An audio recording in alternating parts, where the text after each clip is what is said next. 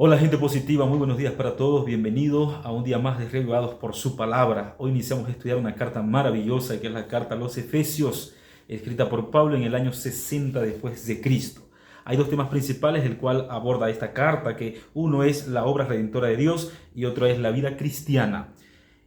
Pablo presenta en esta carta cómo el Señor se esmera por salvar a toda su creación y redimirla y ponerla en paz para con Dios, y por otra parte pone los deberes cristianos para vivir en paz los unos con los otros.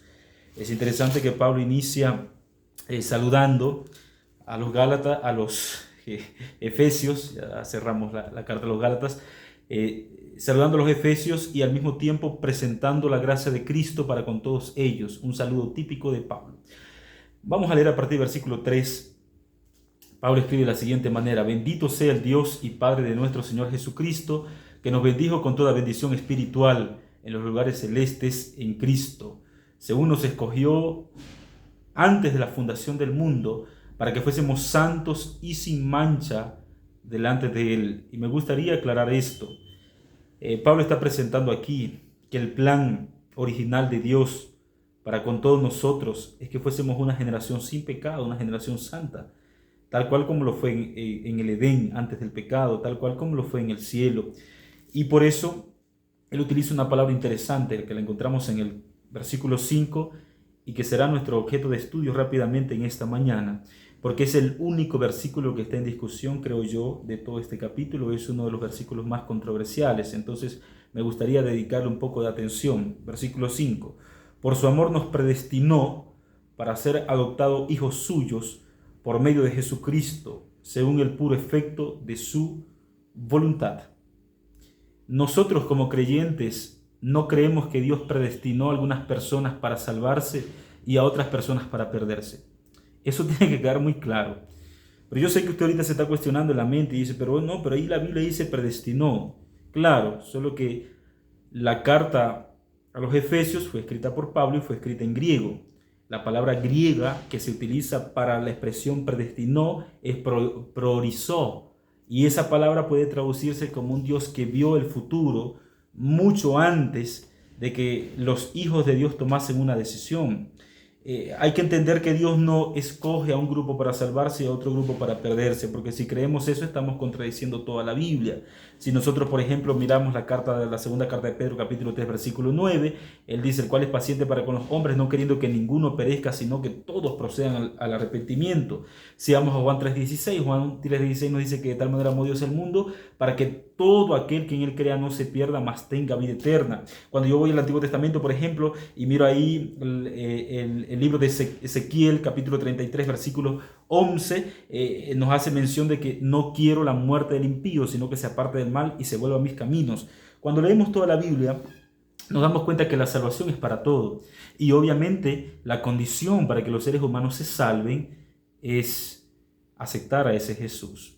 Sin embargo, hoy en día, muchos creyentes, muchas personas buenas, sinceras, muchos predicadores queriendo hacer algo bueno, utilizan el tema de la predestinación o mencionan la palabra la predestinación como dando a entender de que Dios escogió y seleccionó a un grupo para salvarse y a un grupo para perderse. Eso es una falsa teoría, inclusive lo podemos calificar como una gran herejía.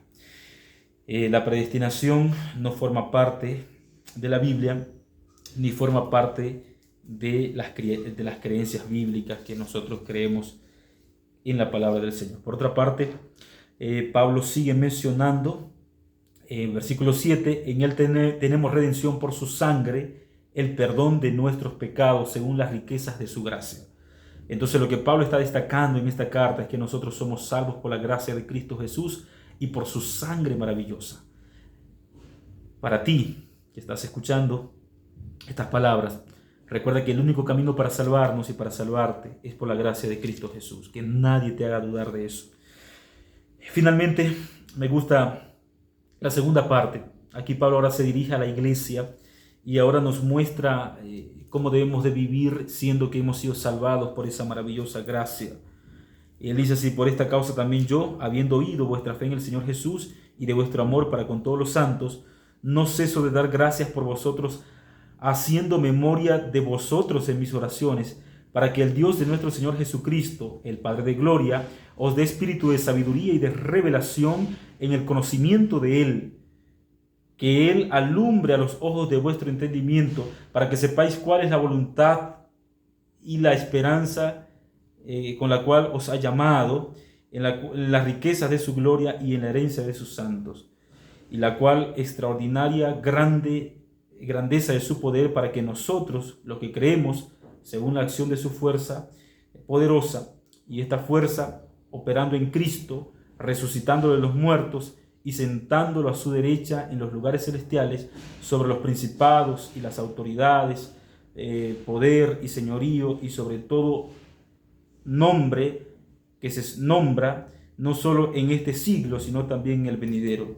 Sometió también las cosas debajo de sus pies y le dio por cabeza sobre todas las cosas a la iglesia, la cual es su cuerpo, la plenitud de aquel que todo lo llena en todo. Y aquí Pablo, como va a empezar a hablar en el segundo capítulo, la salvación por la gracia y cómo debemos de reconciliarnos los unos con los otros, y también por esa cruz maravillosa, Pablo hace mención de la iglesia. Hay mucha gente que piensa que la iglesia fue instituida por el hombre. Es más, hoy como está de moda, religiones por todas partes, las personas miran a la religiosidad como un asunto de los hombres. Pero desde la perspectiva bíblica, Dios estableció su iglesia para que fuese el medio ordenado por Dios para salvar a los hombres. Dios establece su iglesia para que la iglesia presente a Jesucristo como el único que salva al hombre del pecado. Dios presenta a la iglesia como el medio no solamente para que se encuentre a Jesús, sino para ser el reflejo de Jesús. Dios presenta a la iglesia para que la iglesia no solamente predique del amor de Jesús, sino para que viva el amor de Jesús. Dios presenta a la iglesia para que la iglesia se convierta en los brazos y las manos de Jesús en esta tierra.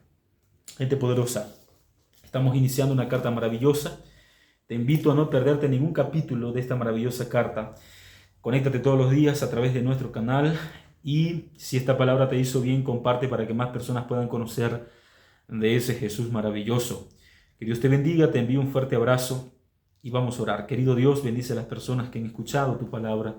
Sé con ellas y permite que en el nombre de Jesús entendamos de que somos salvos únicamente por la gracia de Cristo Jesús, y vivir en esa gracia significa reflejarla también a otros.